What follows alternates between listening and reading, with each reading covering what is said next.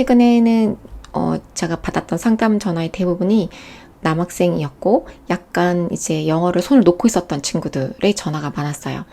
근데 그 중에서 이제 한 명을 제가 소개를 해볼까 하는데요. 고등학교 2학년 친구예요. 고등학교 2학년이니까 거의 이제 입시까지는 남아있는 시간이 별로 없죠. 그리고 영어가 어느 정도니? 라고 이제 물어보니 한 8등급이라고 얘기를 하더라고요. 그래서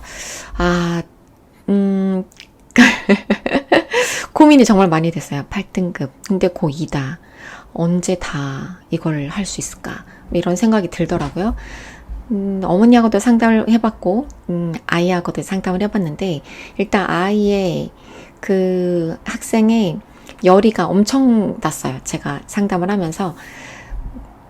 그러기가 쉽지가 않거든요. 본인 스스로도 자기가 좀 늦은 거 아닐까라는 생각을 물론 하고 있을 거예요. 하고 있을 거기 때문에 저랑 얘기하는 도중에도 계속 이렇게 하면 될까요? 지금이라도 해도 돼요? 뭐 이런 식으로 얘기를 계속 하더라고요. 또 그 어머니께서 말씀하시길 친척분 중에 영어 선생님이 계셨어요. 그래서 그 이제 친척분께 상담을 먼저 하셨대요. 하니까 간도라 라고 얘기를 했다는 거야. 간도라고. 지금 하기엔 너무 늦었다. 그냥 뭐 조금 더 나은 과목들을 집중적으로 그냥 시키고 영어는 그냥 버려라 라고 얘기를 했다라고 하시더라고요. 근데 문제는 아이가 열과 성을 지금 다 하려고 한다라는 건 거죠. 아이 마음이. 그리고 그 전에 어머니가 권유를 안 한 게 아닐 거잖아요. 중학교 1학년 때부터 시작해서 계속 꾸준히 해라. 해보는 게 어떠니? 학원도 보내줄게. 뭐 과외를 할래? 뭘 할래? 여러 가지를 다 제시를 해보고 했지만 아이는 다 싫다고 한 건 거예요. 다 싫다고 하고 그래서 아이가 좀 궁금했어. 왜 갑자기 하려고 마음을 먹었지? 이 동기는 어디서 얻은 거지? 라고 생각을 했는데 물어봤죠. 또 궁금한 거 못 참아가지고 너 왜 하려고 해? 라고 하니까 사촌 형이 있대요. 얘가 좀 형말에 좀 껍벅 넘어가는 게 있더라고요. 그 형이 이제 조언해 주기를 너 지금이라도 안 늦었어. 해. 포기하지 마. 이렇게 얘기를 해준 건 거예요. 그래서 거기에 이제 동아줄을 딱 잡고 해보려고 하는 건 거예요. 근데 또 비하인드 스토리는 뭐냐면 그 조언을 해준 이 사촌 형이라는 존재가 서울대생이라는 건 거예요. 그러니까 어머니가 그 사실은 저한테 알려주신 건데 걔야 그 바닥이 뭔지를 겪어보지 않은 애잖아요. 이런. 걔는 그렇지, 서울대 걔는 마음만 먹으면 얼마든지 할 수 있으니까 그렇게 조언을 해줄 수 있는데, 우리 애한테는 그게 맞는 조언이 아닌데, 그렇게 얘기를 해줘가지고, 자기 이제 아이가 그 말을 이제 덜썩 물고, 한다라고 한다. 근데 이걸 또 안 해주면 나중에 원망 들을까봐 그것도 걱정이 되고, 이런 복잡한 마음으로 저랑 이제 상담을 한 거죠. 그래서 저도, 참, 이 아이들의 동기라는 게, 그렇게 동기부여를 해주고 싶어서 별의별 방법을 다 동원하고 이렇게 해도 기등으로도 안 뒀던 아이들이 어떤 순간 전혀 예상치 못한, 계획하지 못했던 어떤 순간에 아이들이 이렇게 마음을 먹기도 하는구나 라는 생각이 들었어요. 그래서 일단 해보자라고 얘기를 했어요. 뭐 죽이 되든 밥이 되든 일단 한번 해보자. 그러니까 그렇게 말을 제가 애한테 한 건 아니고 제 마음속으로 해보자. 정말 큰 과제이겠지만 해보자. 근데 학생이 또 물어보더라고요. 선생님이 가르쳤던 학생들 중에 자기처럼 바닥에서 시작했는데 좋은 성과를 낸 학생들이 있나요? 라고 하는데 있다라고 얘기를 했습니다. 실제로 있거든요. 거의 8등급에서 시작을 하면 한 3등급 정도까지 맞춰주는데요. 근데 이 친구들의 공통점은 수학을 안 하고 있다는 건 거예요. 수포자였기 때문에 일단 수학 공부를 해야 되는 그 시간 확보가 영어로 메꿔질 수 있었기 때문에 제가 가능했다라고 얘기를 했는데, 이 친구는 수학 점수가 영어보다 훨씬 좋단 말이죠. 그러니까 수학을 포기할 수가 없는 상황이에요. 수학은 수학대로 가져가야 되고 플러스 영어를 바닥부터 시작해야 되는 상황이었기 때문에 그런 점이 선생님의 이제 옛날 학생들과 너의 그 지금 차이점이다. 그러니 어려움이 따를 것이다.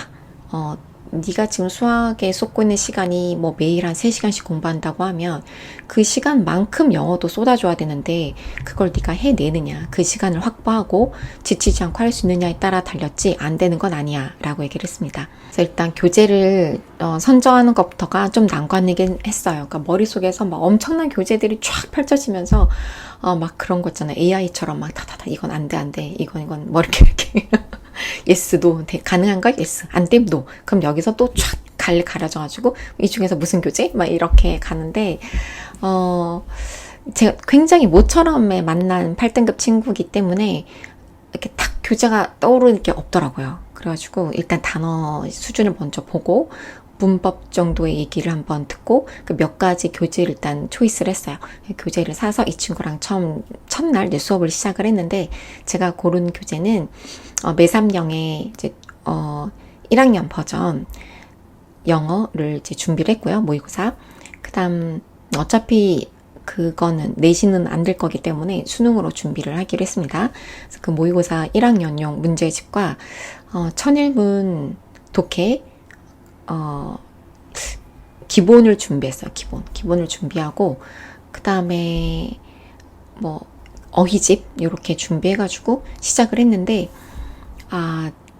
이게 상당히 그 진도가 안 나가는 건 거예요. 네. 오히려 의외로 잘하는 건 단어 암기였어요.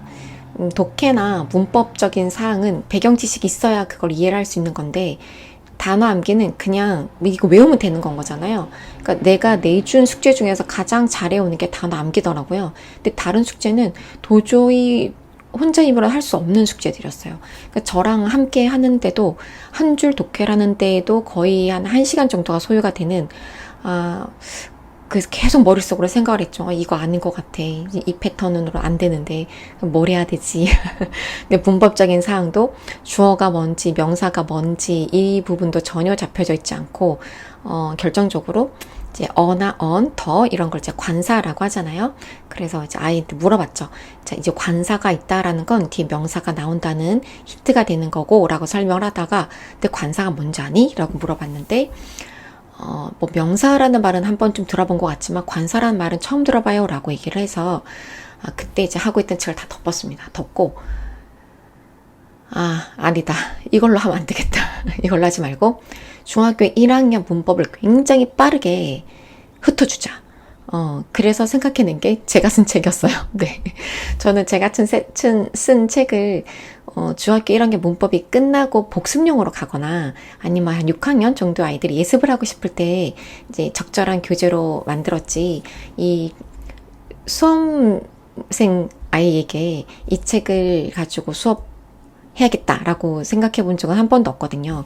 근데 어쨌든 이게 최적이었어요. 제가 볼 때는 지금 막 이걸 중학교 1학년 문법이 안 잡혔대가지고 아이한테 3,800 문제집을 풀리라는 것도 말도 안 되는 일이고 이 개념 설명만 겁나 빠르게 빨리 한번 흩어주고 이거를 모의고사 쪽으로 빨리 넘겨줘야겠다라고 생각을 한 건 거죠.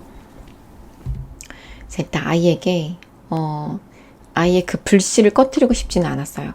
그래서 중학교 1학년 그 제 책을 이제 꺼내서 이제 얘기를 해줬어요. 이 책으로 일단 너 중학교 1학년 꼭 해야 될 것 같아. 중학교 1학년에 기본 개념이 잡혀져 있어야 그걸 바탕으로 나랑 소통을 할 수가 있다. 근데 우리 이렇게 생각해봐. 이 한 권이 중학교 1학년 과정이거든.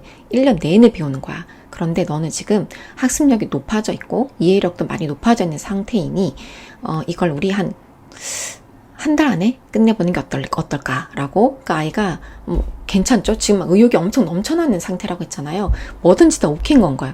시켜면 가르쳐만 주세요. 뭐 내주기만 하면 제가 다 해볼게요. 이런 상태였어요. 그래서 오케이 이걸로 할게. 근데 중학교 1학년 문법은 제 영상이 또 이미 찍혀져 있는 게 있으니까 그걸 이용을 해서 공부를 하라라고 했어요. 그렇게 해서 이제 보내놨고 다음 주에 이제 와서 봤는데 아니 공부가 안 되는 건 거예요. 야, 너 열심히 한다며. 의욕 넘친다며. 막 그랬더니 수학이 너무 공부량이 많아가지고 영어 공부할 시간이 안 나온다는 건 거예요. 근데 그 수학 선생님도 보니까 열정이 막 만수리야. 그래서 애를 집에 안 보내요. 그러니까 학교 수업 끝나고 학원 가서 수학 공부를 하고 난 다음에 더 공부하고 싶은 아이들끼리는 이제 남아가지고 스터디 카페 있죠? 거기에 남아가지고 새벽 1시 반까지 공부하신대요. 그 선생님이 거기 자리를 하고 계신다는 건 거예요. 같이 자습을 해주시는 거죠. 그러니까 와, 그 열정도 진짜 곳곳에 대단한 사람들 투성이다 막 이런 생각을 하긴 했는데, 근데 거기서 이제 해야 되는 수학량이 너무 많다 보니까 제가 영어를 좀 하려고 하면 좀 너무 졸리고, 또 사실 영어는 아주 베이스 기본부터 해야 되니까 시간 확보가 조금 더 걸리잖아요. 초반에 할 때.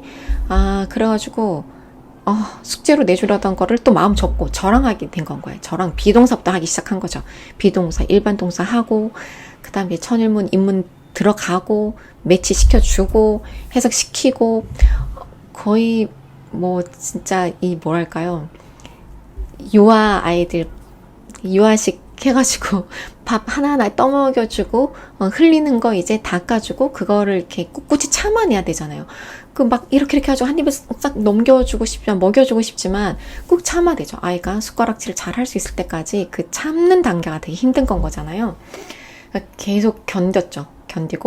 견뎌서 지금 거의 중학교 1학년 문법이 이제 마무리되어 가고 있습니다. 마무리되어 가고 있고, 고등학교 1학년 모의고사를 같이 시작을 하고 있어요. 같이 시작을 하고 있는데, 한 패러그래피를 해석하는 데 있어서 엄청난 시간이 소요되지만, 이런 친구들은 1등급이 목표가 아니기 때문에 바로 스킬부터 같이 가르치기 시작했습니다.